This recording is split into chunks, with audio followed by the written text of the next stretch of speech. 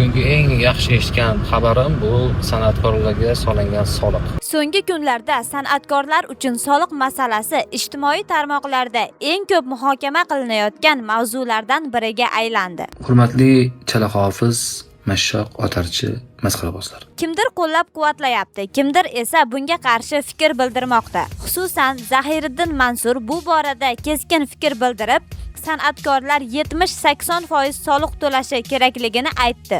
Nima soliq to'lamaysizlar? To'laysizlar. Hamma to'layapti soliq. O'qituvchi ham, o'g'risachi ham hamma to'laydi. Nima sizlar to'lamaysizlar? Shohiylar bormi sizlarni? Uning fikriga ko'ra, ular yengil yo'l bilan pul topadi.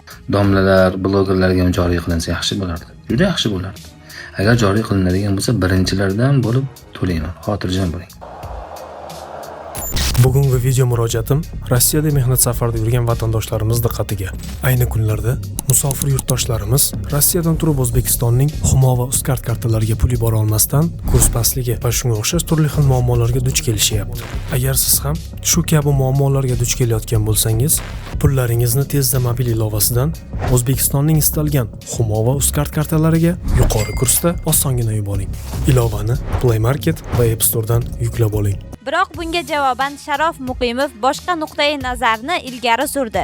U san'atkorlik ortida ko'pchilik ko'rmaydigan qiyinchiliklar borligini ta'kidlab, bugungi kunda san'at ahliga litsenziyadan tashqari qo'shimcha soliqlar joriy qilinishligi mumkinligi haqida xabarlar tarqalyapti. doimiy gastrollar, uzoq safarlar, tungi xizmatlar va xalq kayfiyatini ko'tarish uchun qilinadigan fidoyilikni eslatdi. Sahna ortidagi haqiqatni hamma ham bilmaydi. San'at yaltiroq emas. Bu uyqusiz tunlar, bu charchatuvchi xavfli yo'llar.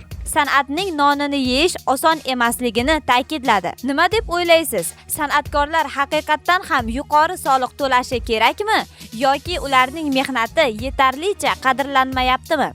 Videoni ko'ring. Albatta fikringizni kommentariyada yozib qoldiring. Buni ertaroq qilish kerak edi. Hozir ham tunnasini oyog'i kuygan. Aslida 70-80% soliq qilish kerak, chunki ular birinchidan mehnat qilmaydi, ikkinchidan bema'ni narsalar juda ko'p ularning ijodlari. Juda ham eng yaxshi qaror bo'lgan. Hurmatli chala hofiz, mashshoq, otarchi, masxarabozlar. Kechagi gaplarim qattiq tegib ketganidan xabarim bor.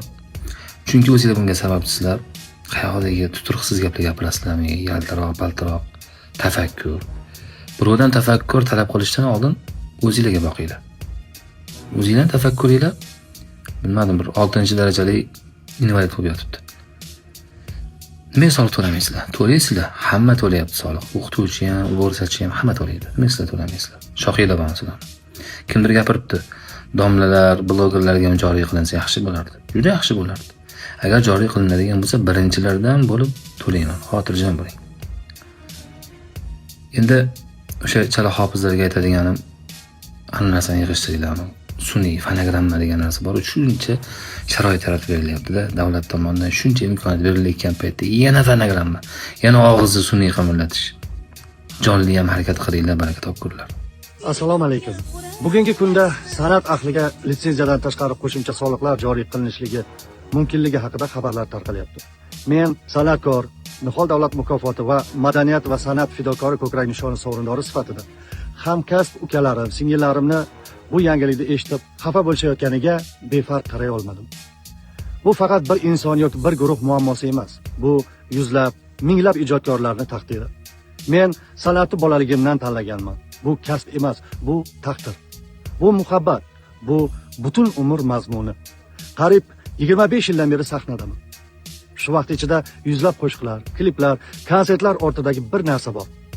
U ko'rilmaydigan mehnat, sabr va qurbonlik.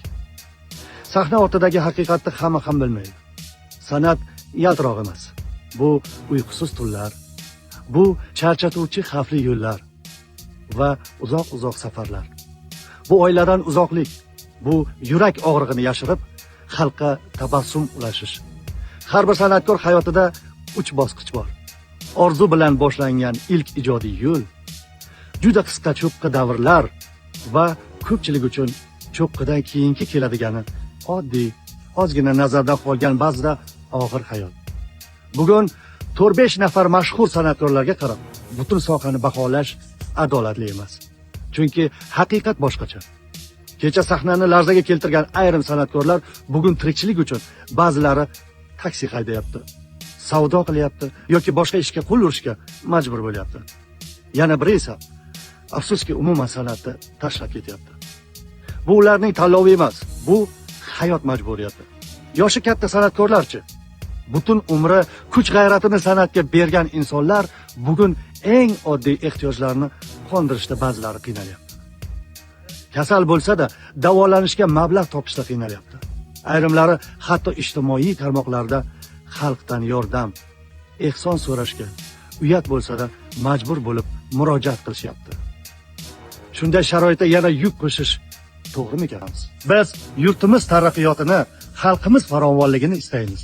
Shunday ekan, xalqqa xizmat qilib kelayotgan har bir inson shu singari ijodkorlar ham munosib qadr topsin. Biz ijobiy natijalarni albatta kutamiz. Baxtimizga san'at sohasiga bee'tibor bo'lmagan hurmatli yurtboshimiz omon bo'lsinlar.